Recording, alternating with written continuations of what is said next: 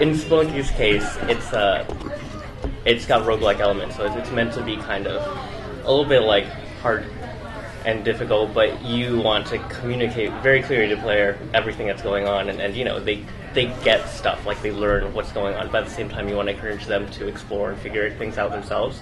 So what was your approach to that? Yeah, I mean, a big part of the game is figuring these things out. Even basic stuff I think is so fun to figure out. So for me, that's one of the beauty, that's like a big part of the draw of being independent, being small, is that you can focus on the players that are really going to love your game. And yeah, for Spelunky, you know, if I roll through like a ton of tutorials in the beginning, it's going to, you know, it would piss me off, and I think it'd piss off a lot of the people who, you know, like the core audience of the game. And I think the other thing is that it for everyone, it's just going to spoil a lot of the experience of discovering things, you know. I mean, a lot of people tell me like they play the game and it's after they die like 50 times they realize that they can actually crawl over the edge of a pit and flip over, or they'll figure out that spikes don't hurt them when they walk through them from the side. So, you know, but when they figure that out, it's a big moment of discovery for them, and they feel really good. And yeah, I don't know. I mean, that's one of the reasons why I like keeping the development team small. You know, we don't have to sell like 1 million copies to be able to fund ourselves for the next few years, and so we don't have to compromise. I think in a lot of ways, I don't feel like I've got to attract that very casual game player that is going to feel uncomfortable. In fact, I want to draw them in through the, you know, more hardcore players, because those are the ones who are really going to evangelize the game. They're gonna understand it. They're gonna be like the first wave of explorers who are gonna figure things out, and they're gonna get really excited about it. And you know, I want to bring in casual game players that way, as opposed to sort of watering down the experience, so that, you know, everyone can maybe understand the game faster or easier, but ultimately they won't have as good an experience. So, you know, Spelunky, I really wanted to design the game like an iceberg, where it's like you really only show the very tip, and then there's like all this stuff to figure out underneath that. And, you know, I just don't know that you can really make a game like that if you're a huge studio. I think there are some companies, like I'm wearing a Dark Souls t-shirt, and I love that game because it's an example of like a big company. Yeah, I don't know how big From Software is. I think compared to a lot of companies, they're not like AAA, big budget companies. I don't think they're that big, but you know, it's an example of like a game where they made it really uncompromising. They made it so that you can really like love it if you love playing traditional types of games.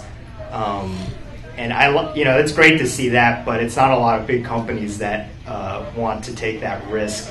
And you know, I was reading an interview recently, and they actually did kind of suffer for it. Like the sales of Demon's Souls were not so hot when the game first came out, but you see like a game like that has a really, like, the long-term potential is huge. And you know, the cult following that Demon's Souls got, I think, gave Dark Souls a big audience, and that's really what I'm interested in. You know, I want to make a game that people can really enjoy like many, many years after it comes out. And you know, when you do that, a lot of times you have to sacrifice like the first week's sales and stuff, like, you know, a lot of the stuff that the industry is really concerned about. But as a small team, you know, I can afford to take that risk.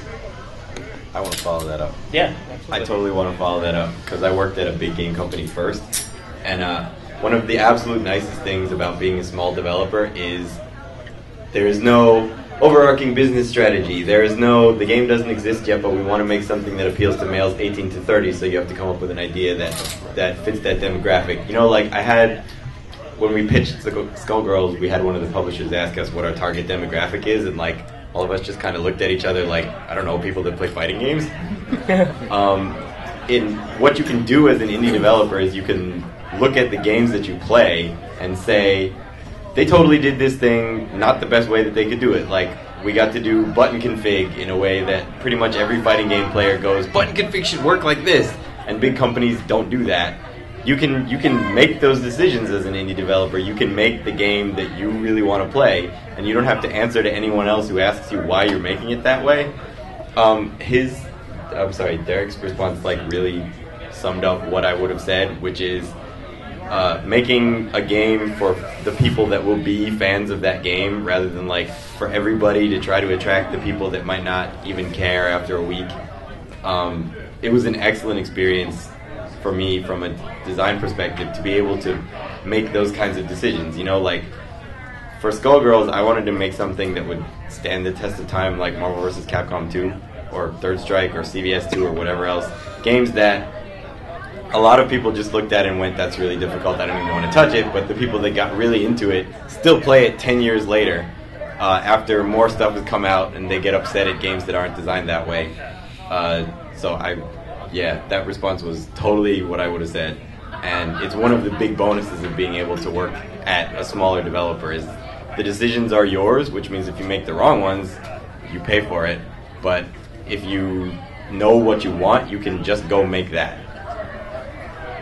Yeah, and I feel that sort of goes into a point where, like, I feel that as a smaller studio, you guys are much more in touch with your audience. Or, you know, I mean, you kind of just cut the bullshit, right? I mean, in Skullgirls' case and Mike's case, like, you know, you know very well the fighting game community, and I imagine in making Skullgirls, you already started making it from the approach of what would the community take well to, and what parts of it would they respond well to. So what was it like making from that approach, like just already kind of knowing the inside as opposed to making a game and hoping that, like, you know, the execs would market it right?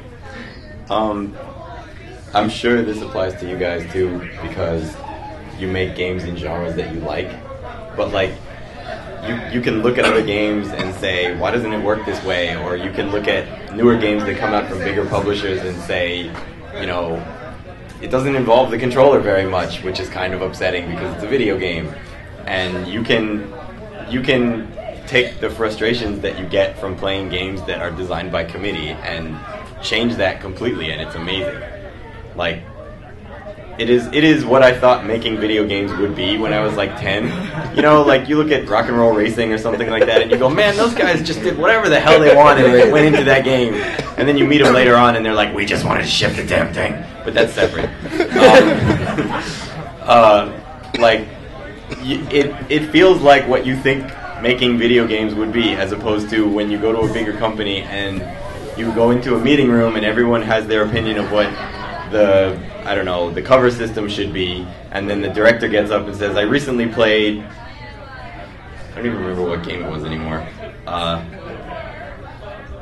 Tom Clancy's something or other, and I want it to work like that, and everyone in the room goes, but it's third person, it doesn't work like that because you have to be able to see the character, and he's like, no, I just want it to be that way. You know, you don't have to do that kind of stuff. You're not subject to the whims of someone that plays video games once a week. Yeah, I don't want to monopolize this. Well, I could talk a little bit on that before I pass along here. I think that's one of the great things about a small studio is you kind of have a little more flex room for just making the type of game that you want to make. And with a bigger studio, you're a little bit beholden to appealing to like producer types that want to like get a specific goal in mind, like audience of like males, females, this age to that age, that sort of thing. But also, like looking at games from those type of studios, you can kind of almost tell like what was made, like designed by committee, where like almost devoid of creativity, just like trying to like fill a void where they need a product, versus something that's created like almost more as art or as just like trying to express a feeling, like that sort of thing. You definitely feel a difference in that sort of thing, I feel. And I think one of the fascinating things about that even is if you've tried making a game in a genre that you don't like, it's an interesting challenge because it kind of gives you a perspective onto why some of the decisions are made.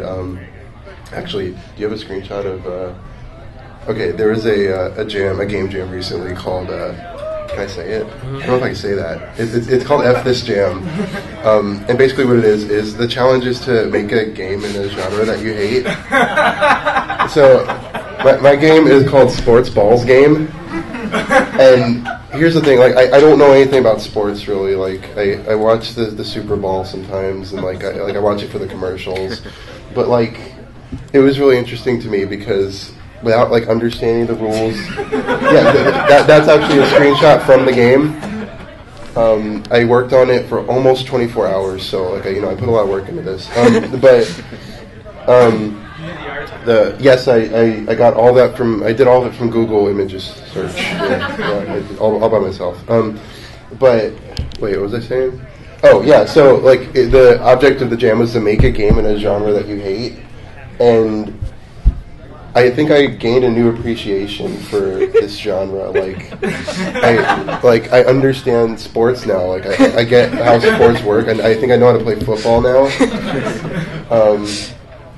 And I think the point I was trying to make there was that the experience of making something out of passion versus just like forcing yourself to make something out of like trying to fill a void. Yeah. It's a different experience, but it's one of the really great benefits right now of being in a small studio. You can just make a game because like I had a cool idea and I wanted to make this thing. Like I just like woke up from bed and I just like went and prototyped the thing, and that doesn't exist at a big studio, and I think that's kind of unfortunate because that's where really some of the great ideas are happening. Just like on a whim, I wanted to try something. Maybe it sucks, but like, hey, I did a thing, right?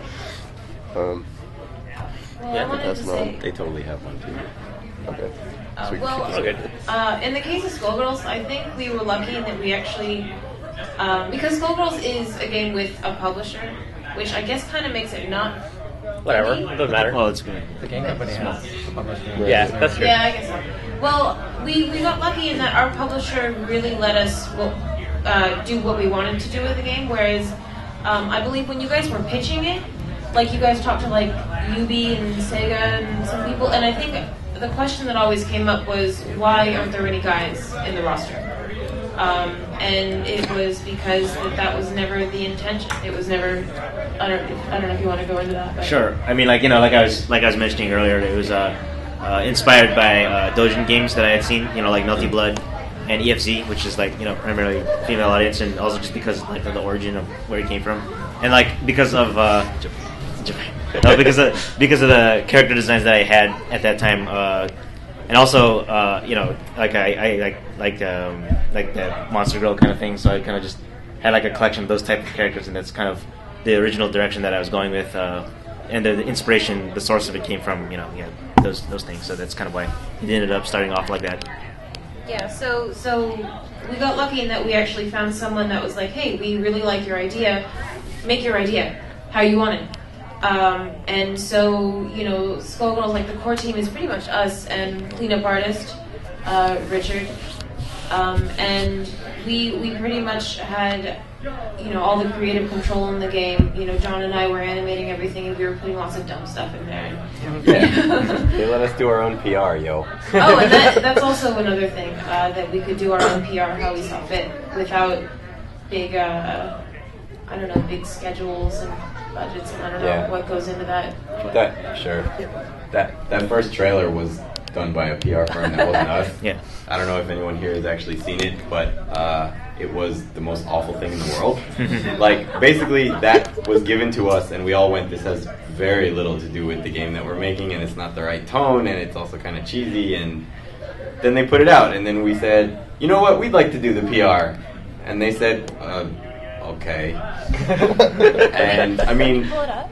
Huh? Can you pull up that trailer? I don't know. I don't have it. It's Wait, awful. maybe. I mean, wait, it's online. We should Actually, show I have how bad internet. it is. YouTube bad Skullgirls trailer.